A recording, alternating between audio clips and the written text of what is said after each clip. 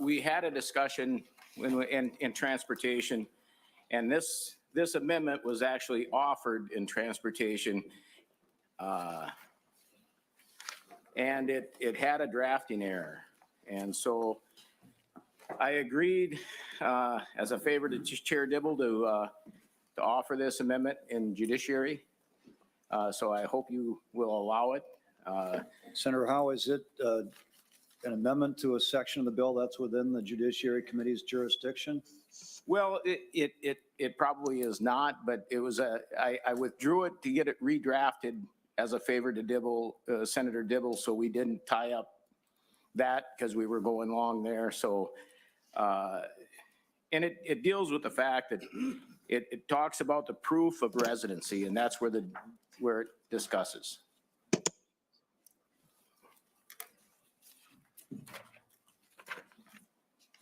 Senator Howe, could you give council the number of the amendment you're looking at so we can determine if it's something It would be the A2 amendment, Chair Laz. Is it okay if we pass it out? Yes. Right now, so we can take Yes. a look at it at least, and then we'll, I'm reluctant to weigh into Transportation Policy Committee jurisdiction here in the Judiciary Committee, but let's see what it is first. You want me to explain it? Yeah, why don't you go ahead and explain what it does, and we'll decide how we want to proceed. This amendment deals with the fact that the bill does not require proof of residency. And this amendment has nothing to do, nor does it address lawful status. It only addresses where someone lives, and it treats everyone the same. It does not separate anyone out. The bill, in my opinion, degrades the proof of residency required to meet resident. It basically eliminates almost the requirements to meet residency. And with that, it degrades the integrity of the driver's license. What this amendment would do is it would provide for a conditional designation, much like a veteran status designation on a driver's license. It does not, it designates a conditional status, which means that residency has not been verified. Doesn't mean anything about, doesn't talk about lawful status. It just means that even if you or I went in and did not provide proof of residency, it would just have a mark just as similar as a veteran. Lo sentimos, el día de hoy no hay interpretación. Seguimos con la segunda parte del Comité Judicial para un paso más para que pasen las licencias. Faltaría este comité, y si aquí pasa, pasaría al financiero, y después de que pase al comité financiero, sería votado en el piso del Senado, así como lo que vimos la última vez que hicimos una transición de 5 horas. Ya es donde necesitaremos mucho más de su apoyo. Seguiremos dando actualizaciones como se puedan y como vengan, pero mientras tanto pueden seguir escuchando aquí el Comité Judiciario y de Public Safety. Has a conditional mark on it. It just means that the residency requirement has not been verified by documents submitted. That's all it does.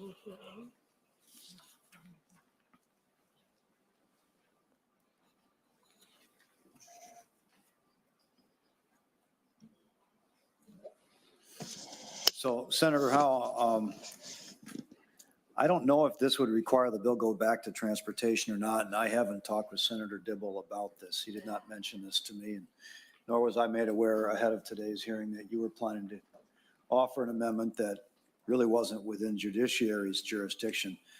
My understanding is that there were a couple of amendments in transportation that dealt with putting markings of one sort or another on the driver's license. Is that right, Senator Howe? Yes, there was. This was not one of those, though. This does not change the way the driver's license looks. This just adds a designator on it, much like you'd find with a veteran status or needs corrective glasses, that type of thing. So it would not change the look. It would look the same as anybody else's driver's license. In fact, it wouldn't make any difference, Senator Latz, if you or I came in to get a driver's license and it didn't provide proof of residency. It would affect us also. So Senator Howe, I'll ask council this, but we don't have transportation council here with us either, so we're at a bit of a disadvantage. But if I go in to apply for a driver's license now, do I need to provide proof of residency?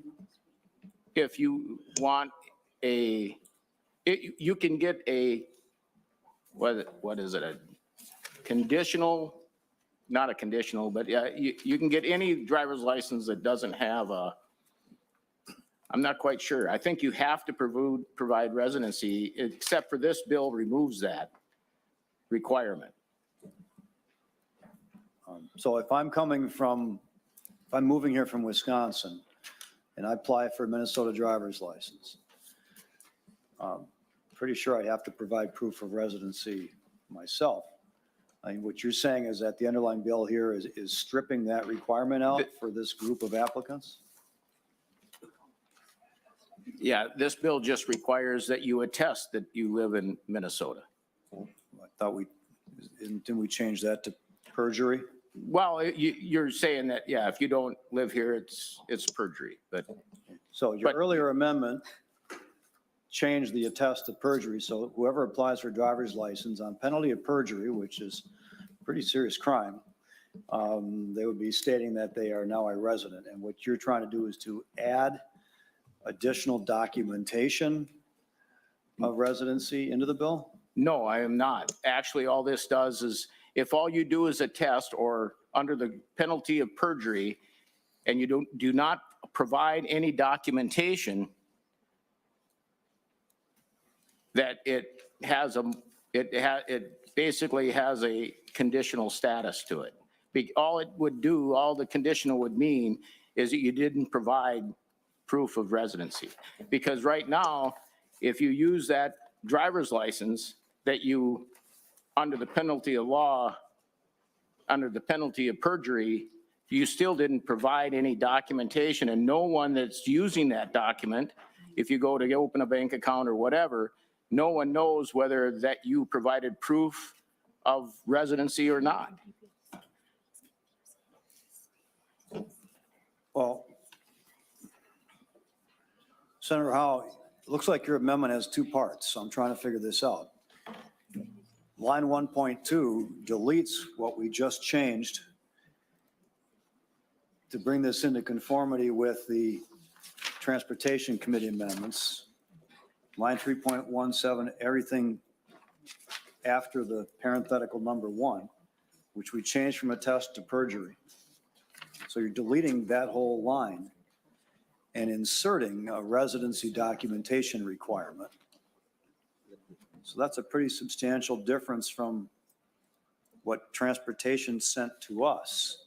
And then it appears that you're also adding requirements that if they don't provide that documentation, that there be a marking on the plastic license that says it's conditional.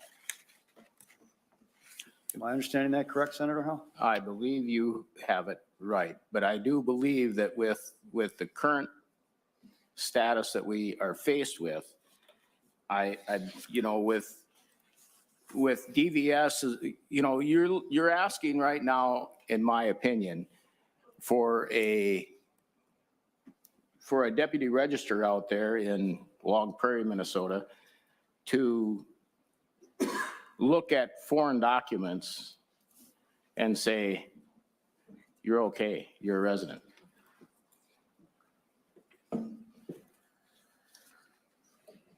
I'm sorry, Senator Howe, but I don't see where the foreign documents come in here. It looks like the residency assertion is by perjury, and I'm not sure there are any other document requirements, but this is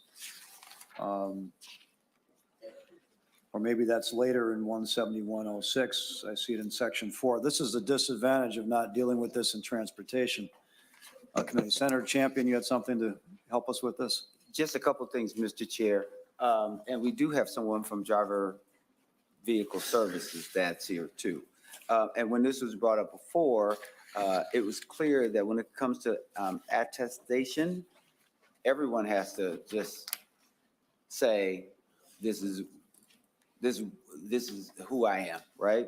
And the other thing that this is doing is requiring for there to bear the word conditional, which means that will be on the driver's license, which will certainly makes this driver's license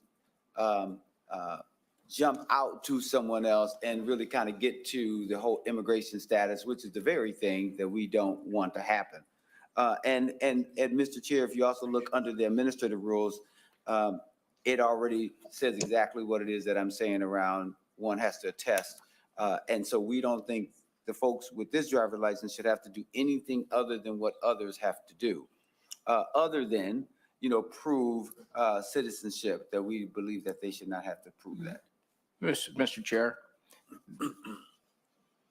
Senator Howe. this does not require proof of citizenship. It doesn't even ask the question. It just says provide proof of residency. And if you don't provide proof of residency, Senator Champion, it wouldn't make any difference if you couldn't provide proof of residency or I couldn't provide proof of residency. Whether we're not asking for citizenship, we're just saying if you don't provide proof of residency, this is the document. It's regardless of who you are, where you come from.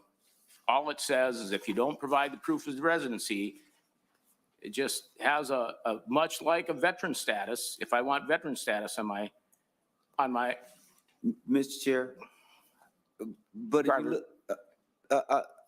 Mr. Chair, if you look at subdivision 8, it already says you must attest to a resident address in Minnesota.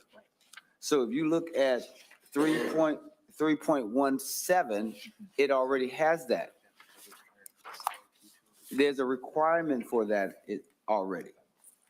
And then here's the second thing, Mr. Chair, I was just pointing you to 3.17, which says that a person who applies for a non-compliant driver's license or identification card must attest to residence address in Minnesota. That's already there.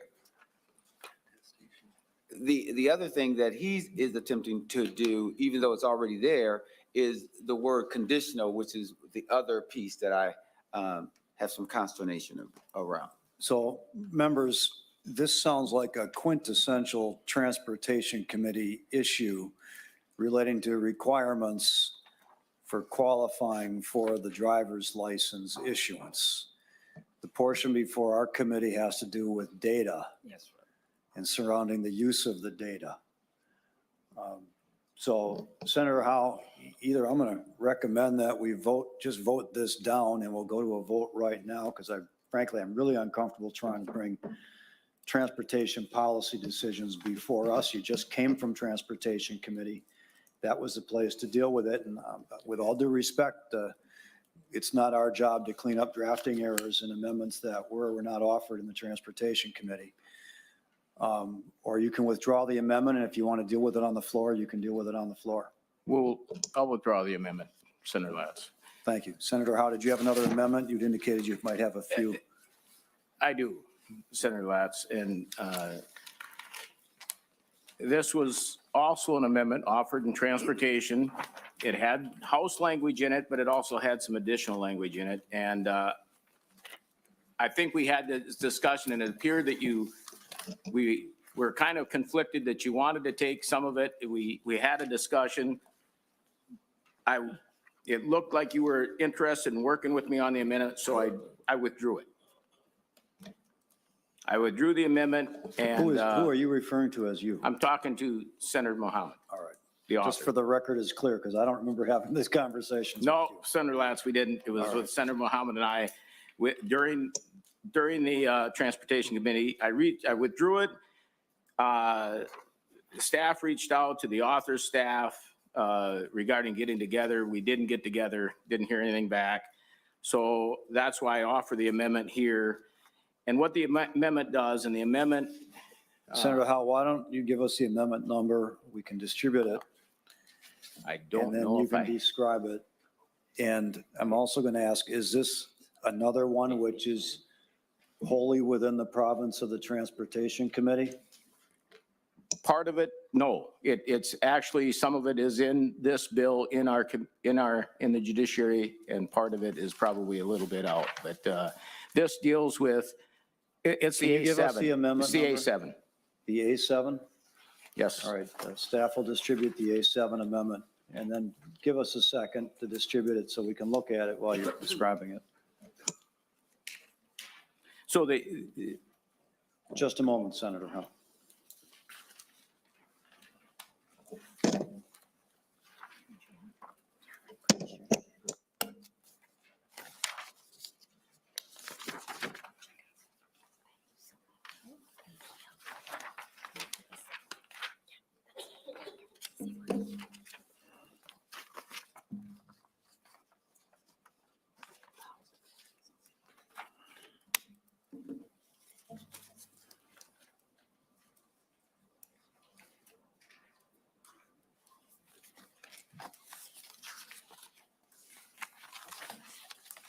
Okay, Senator Howe, you can describe your amendment. So, Chair Latz, I'll move the A7 amendment. And the A7 amendment, what it does is the original amendment that we offered had some language where the information was going to be shared with only the Secretary of State. This does not change that, but the problem that we found with the House language, it does not provide for the gathering of that information anywhere in the bill. So all this does is it asks the driver's license agent to record the information so it can be provided to the Secretary of State. Because otherwise, if no one's gathering the information, there's going to be a blank sheet of paper going to the Secretary of State. So this just provides that the driver's license agent records that information to only give it to the Secretary of State that is provided back in 11.21 to 11.27, and also in 13.5 to 13.10. So that's where it is. If we don't gather the information and ask those questions, there'll be no information to give to the Secretary of State. So this just gathers that information and provides it to give it to the Secretary of State. Otherwise, they're going to get a blank sheet of paper. So that's all the amendment does, Mr. Chair. And Senator Mohammed, I hope we can agree that if you don't gather the information, you can't give it to the Secretary of State. And that's the only place it goes. So. Senator Mohammed? Chair Latz, Senator Howe, we talked about this in transportation, and I think when we were talking, we had a discussion about the fact that the bill was still going through in Judiciary and Public Safety in the House, and they had actually a robust discussion about this, and I believe Representative Scott moved an amendment to ensure that something similar like this did happen. In the bill, we do allow Secretary of State to be able to obtain the information as long as he's not giving it to, or they're not giving it to immigration folks who are going to use this for the wrong reasons. But they are allowed to collect this information. Chair Latz? Senator Howe? Senator Mohammed, I agree that the information can get transferred, and that was the part of the bill that I was bringing House language in the transportation. But what it doesn't provide is it doesn't provide anywhere for that information to be gathered. So if the driver's license agent doesn't collect the information, the driver's license, the DVS won't have the data won't ever be collected. If you don't ask the question to get the information, there won't be anything transferred to the Secretary of State. So this just requires the driver's license agent that is dealing with the providing and asking the questions of the person getting the driver's license they're going to gather this information, and that information, they are the ones that are going to be providing this to the Secretary of State. And I agree, that's the only place it's going. I'm not changing that language back in 11.11 and .2 to 2.7 and 13.5 to 13.10. That's the information, that's the part of the amendment that we also had in transportation. So that is already in the bill. I agree with you. So what we did was we just shortened this amendment just to collect the data, so they got some data to give to the Secretary of State. It doesn't go anywhere else, just to the Secretary of State. But if no one's asking the question, you don't have any information to give. Senator Champion. Thank you, Mr. Chair. Mr. Chair, this issue really is already addressed. If you look at subdivision 11, namely 12.29 all the way to the end, it talks about, for the purpose of this section, immigration status means data on individuals who have applied for or been issued a non-compliant driver's license or identification card, and that indicate or otherwise have the effect of identifying whether the individual has demonstrated United States citizenship or whether the individual has demonstrated lawful presence in the United States. Immigration status data includes but are not limited to any documents specified in section 171.06. So what Senator Howe is asking for is already present. Chair Latz, Senator Howe. Senator Dibble, or Senator Champion, sorry, excuse me. Can you tell me where it says who's collecting any data? I agree with you that that information is there, that all says that, but show me anywhere in the bill where someone's asking the question and gathering the data to provide. There's no so that's all I'm asking to do. Mr. Chair, it appears that Senator Champion. It appears that the commissioner is collecting that data. So the department is already collecting that data. The commissioner is represented by the agents and the folks who work for them. Can you show me who in the Senator Howe, please Thank you. speak through the chair. Thank you. Thank you. Can council show me, Chair Latz, where in this bill someone is actually asking the question and collecting the data? Ms. Primo. Mr. Chair, Senator Howe, and members, so although the bill specifically does not require the applicant to prove lawful presence or citizenship, there are documents that are being collected to demonstrate other factors that essentially do touch on whether that person has lawful status, lawful presence, or citizenship. The list of those documents are in section 5, which begins at page 4, line 20. I believe those are primary documents. And then on the next page as well, section 6, the secondary documents. Senator Howe. Thank you, Chair Latz. But the question is, I agree that identifies the primary and secondary documents, but it does not show anywhere where they're collecting that data to give to the Secretary of State. So if it doesn't identify who collects that data and that they should keep that data to give to the Secretary of State, that's the only thing I'm looking for is if no one is tasked with collecting it. Mr. Chair, Senator Champion. specifically to his question, it's right at 13.5. 13.5 all the way to 13.10. It says, notwithstanding to any law to the contrary, the commissioner or a driver's license agent must not share or disseminate immigration status data except or within the division of the department that administers driver's license and to the Secretary of State for purposes of improving the accuracy of voter registration records under subdivision 7A. Chair Latz? Senator Howe. I agree. That section prohibits them from given it to anybody but the Secretary of State, but it does not tell them to collect it either.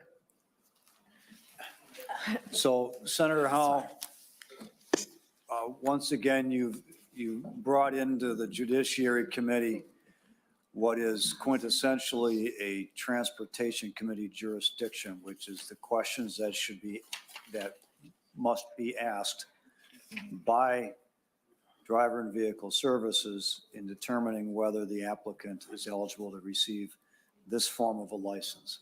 That's not really the Judiciary Committee's decision to make. That goes to the heart of the bill.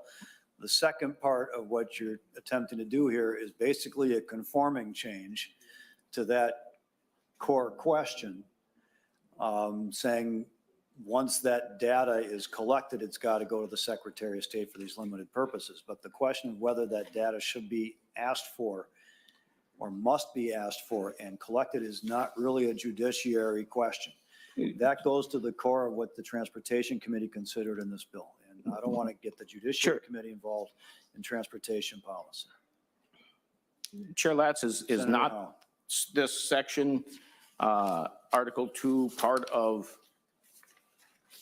isn't that data protections? It's in the data, but the question is I'm asking, in this realm, who's gathering the data that we're supposed to give, Chair Latz? Senator Howe, your amendment A7 amends section 3 of the bill, which is not within the Judiciary Committee's jurisdiction. Article 1, section 3.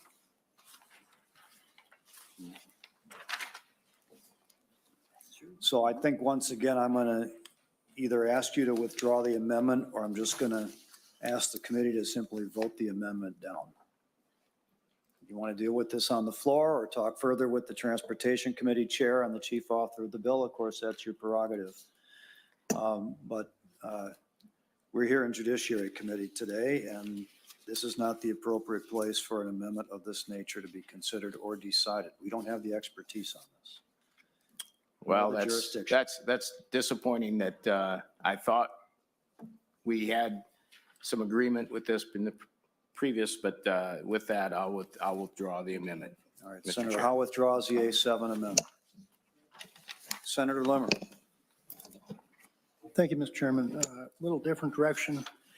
As I'm reading the bill, this new driver license, does it appear different than an existing driver license for residents? Senator Mohammed. Chair Latz, Senator Limmer, it's the same Class C driver's licenses that everybody else got. I have the same exact one that we're trying to provide everybody to get. Okay, so Mr. Chairman. Senator Limmer. Senator Mohammed, so you're telling me that it's not considered a conditional license? It has no designation or indication that it would be for people that are not residents here, nor does it have a different appearance in format or in color, a color bar or anything on it like that? Senator Mohammed. Chair Latz, Senator Limmer, it does not have any markings on it. No, it's what we're trying to do is reinstate the law that we had prior to 2003, which allowed everybody to be able to get Class D driver's licenses regardless of their status here. Senator Limmer. Thank you. I have a concern about people who may use this identity in order to vote. And I would think it would be rather confusing for an election official to determine whether or not someone's going to cast a vote when they're not a citizen. So tell me how an election official would define the difference. Senator Limmer, before she answers, let me add, if someone were to use their identity to vote when they are not a citizen of the United States, that would be a knowing felony violation of our election laws, and they would probably become immediately deportable were they to be found out. So my guess is that the likelihood of anyone attempting to do that is extraordinarily low. But Senator Mohammed, if you have anything to add. Yeah, Chair Latz, Senator Limmer, you answered that absolutely correctly. There are also people who are residents here in Minnesota and across the country who are immigrants who hold a green card, and so they're legally here, but they're not citizens. Therefore, they don't, they're not citizens and they're not allowed to vote. Those folks can get the same Class C driver's licenses as everybody else, and they don't use it to vote because they're not supposed to do that. Mr. Chair, Senator Limmer. we have a lot of laws in our statute books that tell us what activity may be illegal, but nevertheless, people break the law all the time. So just because it states that it's an illegal act to improperly vote as a non-citizen, I would tend to think that that just might happen. And so knowing the experience of other statutes that we have on our book, I want to move to another question, Mr. Chairman. Senator Limmer, before you do, if I may, I had something to add, and Senator Verbaeten also had something to add. Okay. The data, the evidence actually shows that people who are not lawful residents of the United States have a much lower level of commission of crimes than those who are lawful residents, and especially those who are citizens, for precisely the reason that I explained earlier. They are doing everything they can to avoid contact with law enforcement and with the authorities. They do not want to be deported. And if they even get arrested and end up in a jail and on a jail roster, ICE reads those jail rosters daily, and they look for names that they think are suspicious and try to determine if they are lawful residents. So just being arrested and spending an overnight in a jail could result in someone being deported. So it doesn't matter what crime, what particular criminal offense you're looking at, even misdemeanor level offenses, their rate of commission is far lower than others. So I understand theoretically the concern you're raising, but I think as a practical matter, it's practically non-existent. And then when you get to the issue of voter fraud on top of it, which itself is extraordinarily low in occurrence. The incidence of voter fraud in Minnesota, people trying to impersonate someone else so they can go in and vote, is also practically non-existent. And when it happens that someone attempts to vote when they are identifying themselves as themselves, but they don't have voter status, that is, has been mentioned earlier, is usually a mistake of some sort and not a knowing violation. So that said, I think Senator Verbaeten also wanted to contribute to this topic, and Senator Limmer, and then we'll go on to your next question. Thank you, Mr. Chair. I echo all of those comments. I don't believe our Secretary of State is with us, but he has weighed in on this as well and said that the driver's licenses for all bill will not change Minnesota election laws at all. Many people who are ineligible to vote, like green card holders or 16-year-olds, already have driver's licenses. For that reason, driver's licenses are not used as proof of citizenship. I'll also just add that because a driver's license is not required to register to vote, I mean, there's other methods people would use if they were attempting to do so. So I don't think that makes a difference in this context. The Secretary of State's office is also receiving a list from the driver and vehicle services each month with those folks who are receiving driver's licenses and are on the U.S. on a temporary basis, and they'll run that against the voter file. So there's just a lot of steps in place here to ensure that wouldn't happen. And I mean, folks who are undocumented fear deportation and are not going to attempt to register to vote and break the law and then risk their status. Senator Limmer. Thank you. On that point, I know that there's other pieces of legislation that we're considering this year, namely automatic voter registration based on the issuance of a driver license. So how would that process protect our election franchise and without a designation? Does anyone know what that other proposed legislation even does? Is anyone here who's in a position to testify to that? Senator Umu Verbatim? Thank you, Mr. Chair. I can weigh in on that as well. So the proposed automatic voter registration legislation is not going to be affected by this. They already account for the fact that non-citizens, such as green card holders, are eligible to receive driver's licenses in Minnesota and allow data to be queued for automatic registration only if that individual has provided supported documentation of their U.S. citizenship. Mr. Chairman, Senator Limmer. the bill that we're considering doesn't necessarily, or it goes beyond a green card holder.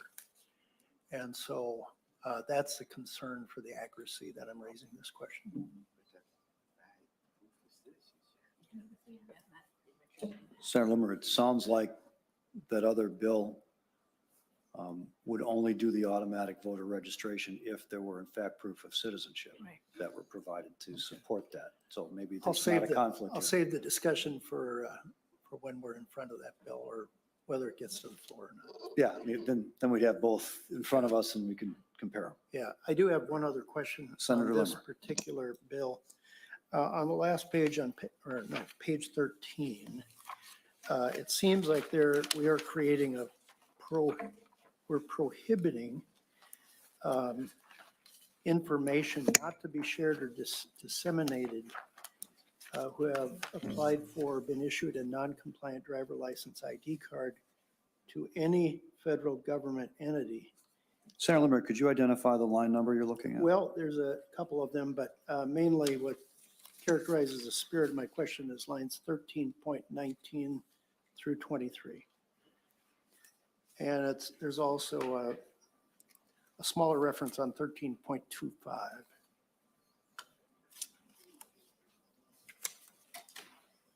We're prohibiting anyone from giving, or any state government official to give any information to the federal government regarding agencies that enforce immigration law. So if this is passed into law, are we violating the law by not sharing that information with a federal immigration official? Senator Limmer, this is suspiciously similar to a question I raised at an earlier conversation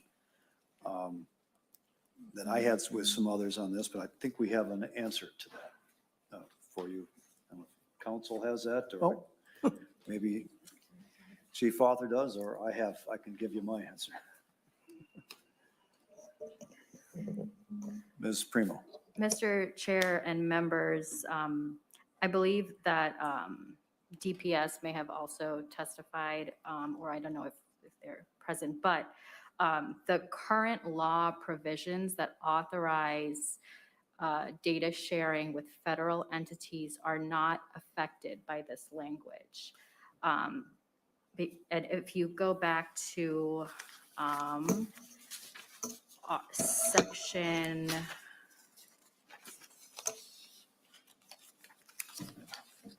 I believe section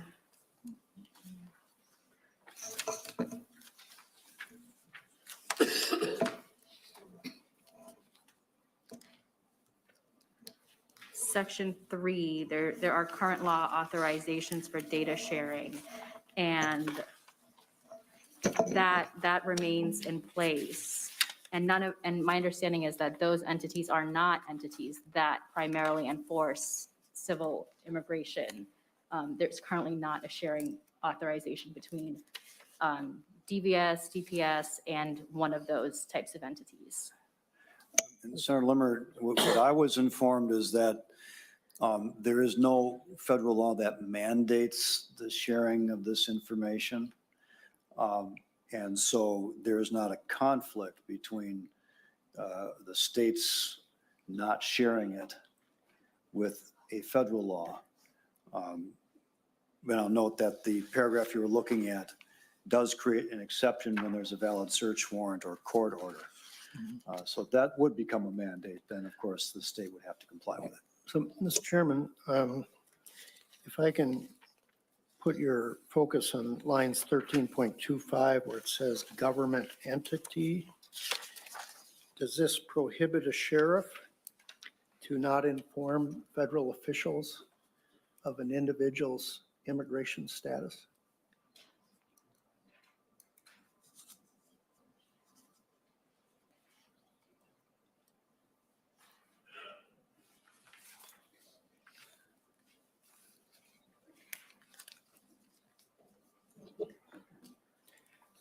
And that if he did, it would constitute a violation of the Minnesota Government Data Practice Act?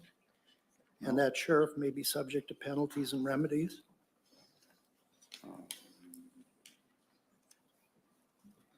Well, Senator Limmer, that provision applies to violation of this subdivision, which is subdivision 11, starting on line 12.29, which is part of section 171.12, which is data privacy relating to driver's license application data, I believe. So unless the sheriff is taking driver's license applications. Una pequeña interrupción aquí.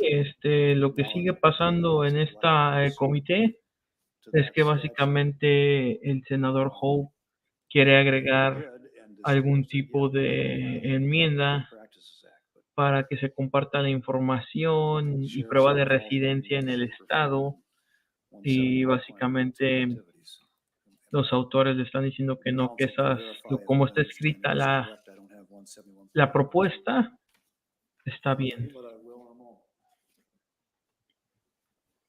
Pero pues ya ven que los republicanos están de necios.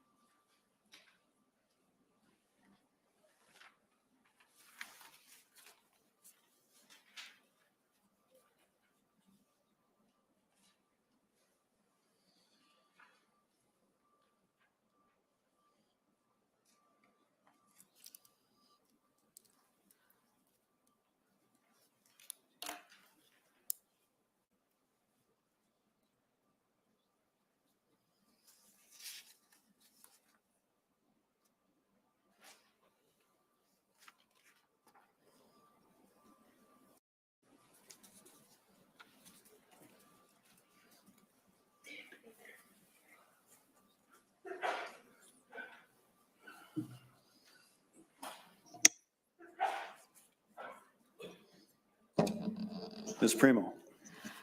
Mr. Chair and members, I believe that there are two things in this bill that sort of work together. So looking at page 12, a data requester is required to sign a certification.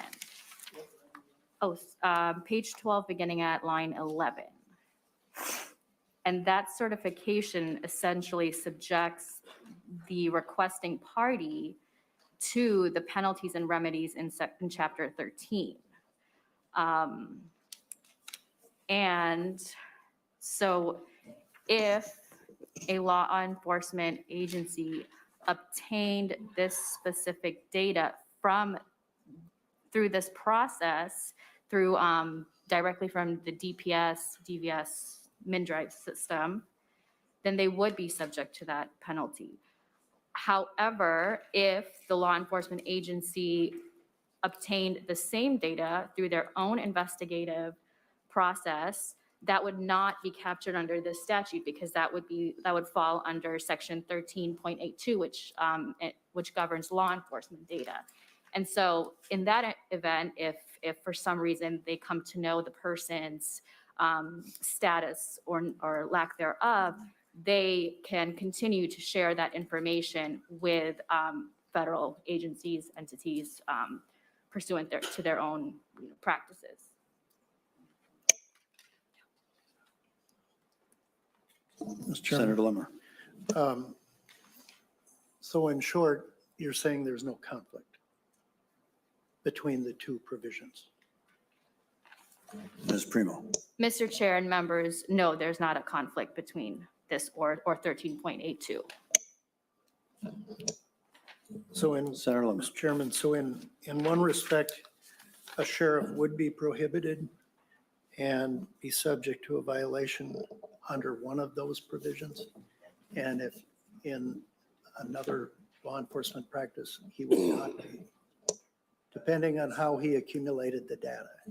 If he got it from the previous data file, he could not use that. If they discovered it in their own investigation or tripped into that information, they could in fact use it. All right. Thank you. Any further questions or discussion from members of the committee?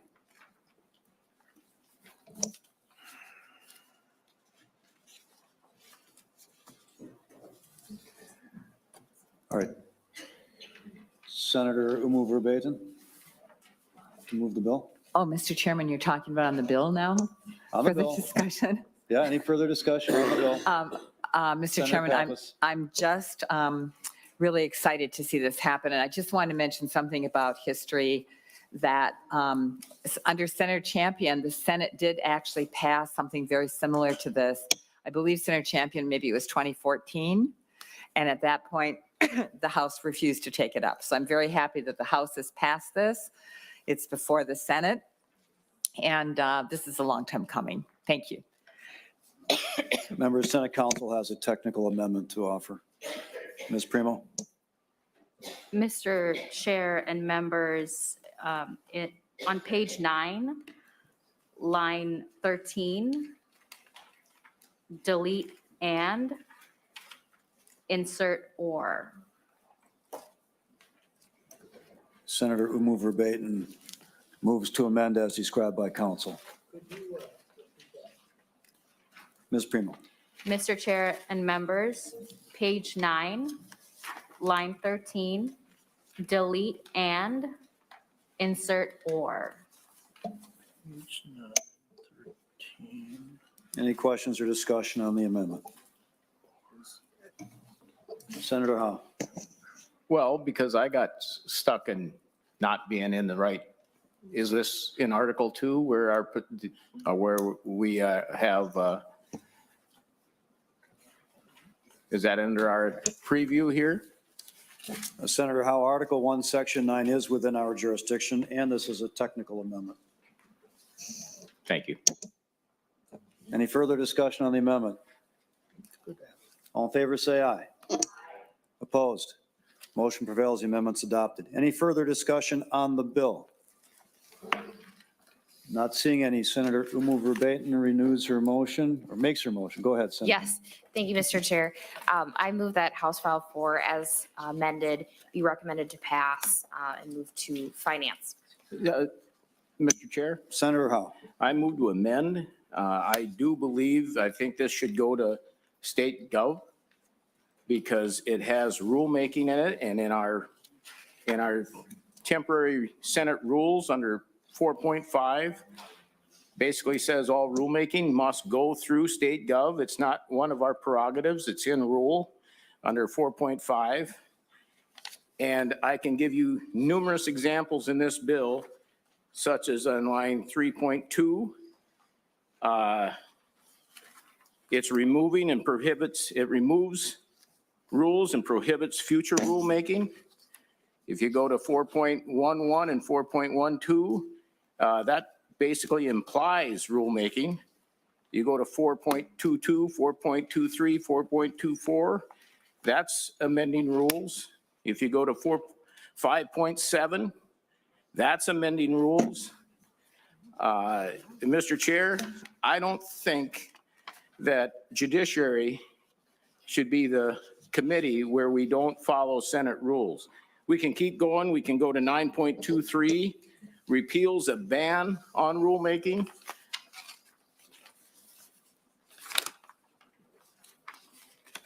And finally, on the last page, in the repealer, we're repealing rulemaking, the limitation. So, Mr. Chair, this has rulemaking all through it, and under Senate Rules 4.5, I make the motion to send this to state gov. So they may just pick it up and say it's good and move it out, but this under Senate Si rules conocen a gente de must go to Rockville, state gov. organícense y hay que Because sacar they este are valedor they de are su the silla. committee that has the purview of rulemaking, Mr. Chair. I'm going to ask if the state government committee has requested to see this bill. I'm informed by staff that they have not made the request. Mr. Chair, Senator Howe. I don't think we have the prerogative or whether they have to ask. Senate rules say it has to go there. Senator Howe, I was getting one piece of information that would be helpful to know, because I would think the state government committee would request it if they felt it was within their jurisdiction. So that was one piece of information to inform our decision. Hold on just a moment. We're going to get a little more information here.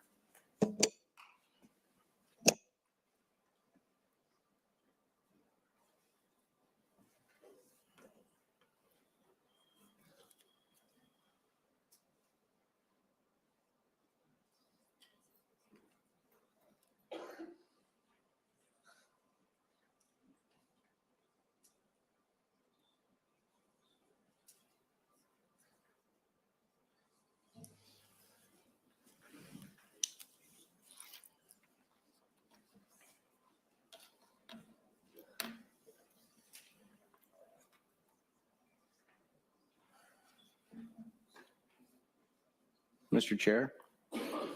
Senator Howe.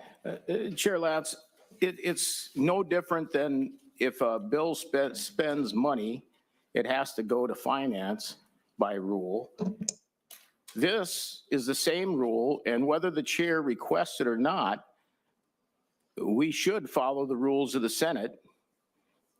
And because rulemaking is all throughout this bill, send it to the rulemaking, the body, the committee that deals with rulemaking, and send it there, Mr. Chair. And I believe that rules trump whatever a chair may deem necessary. Senator Howe, I would agree with you. There is some uncertainty based on the guidance given to council, whether or not this necessarily implicates the state government committee with regard to rulemaking. And I'm not comfortable personally making that decision. And so what I'm going to suggest is that we send it to the next committee that has requested it, which is finance. And then you would have an opportunity on the Senate floor, if you disagree with that re-referral, to to object to it, it would automatically go to the Rules Committee, and the Rules Committee then would make a decision what the next appropriate committee stop is. So I'd recommend that path only because it seems to be some ambiguity or uncertainty according to council as to what the appropriate path is from the guidance they've been given. Can I ask a question of staff? Senator Howe, you may ask a question of staff, of course. Thank you, Chair Latz, and correct me if I'm wrong, did I not list, is there not rulemaking throughout this bill? Are there not sections upon sections that specifically call out rulemaking? Or did I make a mistake? Mr. Chair Ms. Prano.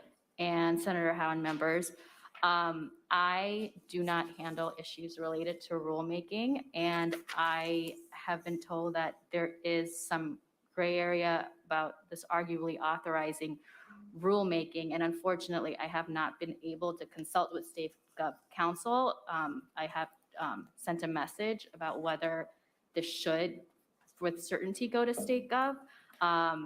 So I can't provide the committee with a clear answer, but you are correct in terms of the rule and procedure of the Senate, that if it does authorize rulemaking, it should go to State Gov. Well, Senator Howe. thank you, Chair Latz. It doesn't only say if it provides for rulemaking, which this does, it also, if it repeals, if it deals with rulemaking, it needs to go there. And it does repeal, it does imply. So if it deals with rulemaking or amends rulemaking, it should go there. Thank you, So Mr. Chair. Senator Howe is moving to amend Senator Umu Verbatim's motion to change the re-referral from the Finance Committee to the State Government Committee.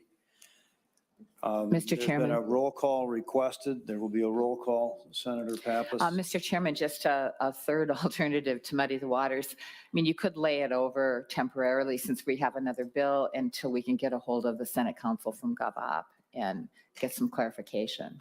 That's one other option, Mr. Chairman.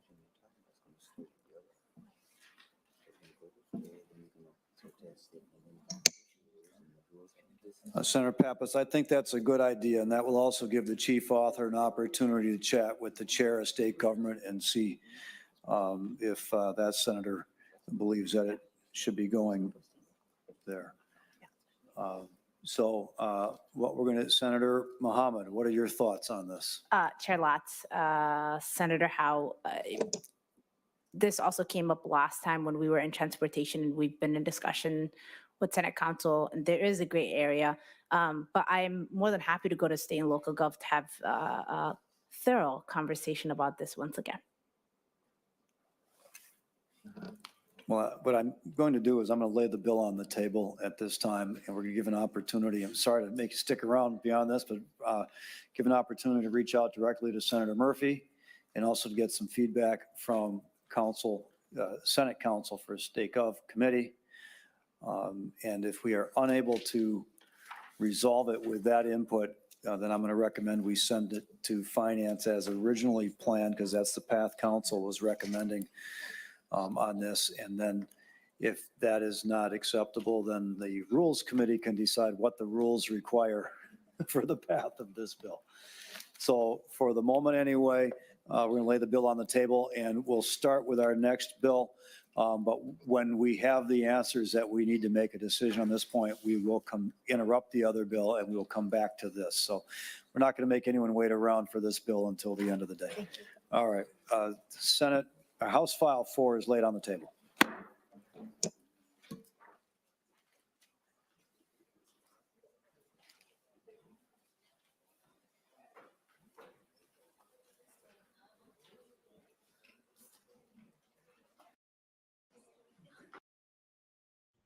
Pues lo que hubo fue una pequeña pausa.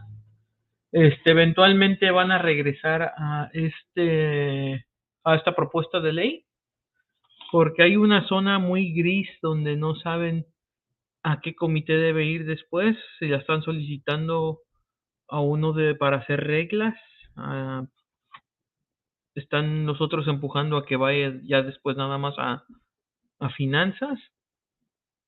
Y lo que están haciendo pues es irse al siguiente propuesta, porque ya le dieron mucho tiempo aquí al de las licencias, entonces está un poquito en limbo hasta que tomen una decisión.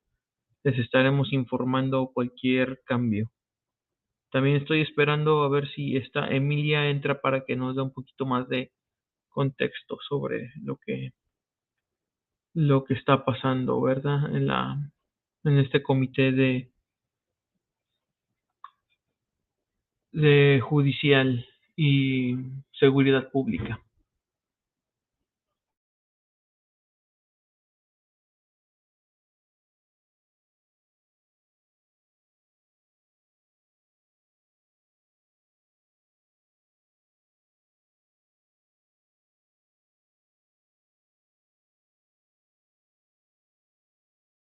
Mientras les pongo un poquito de música aquí en lo que vemos si continuamos, si no, pues se acabará la sesión y les mantendremos informados.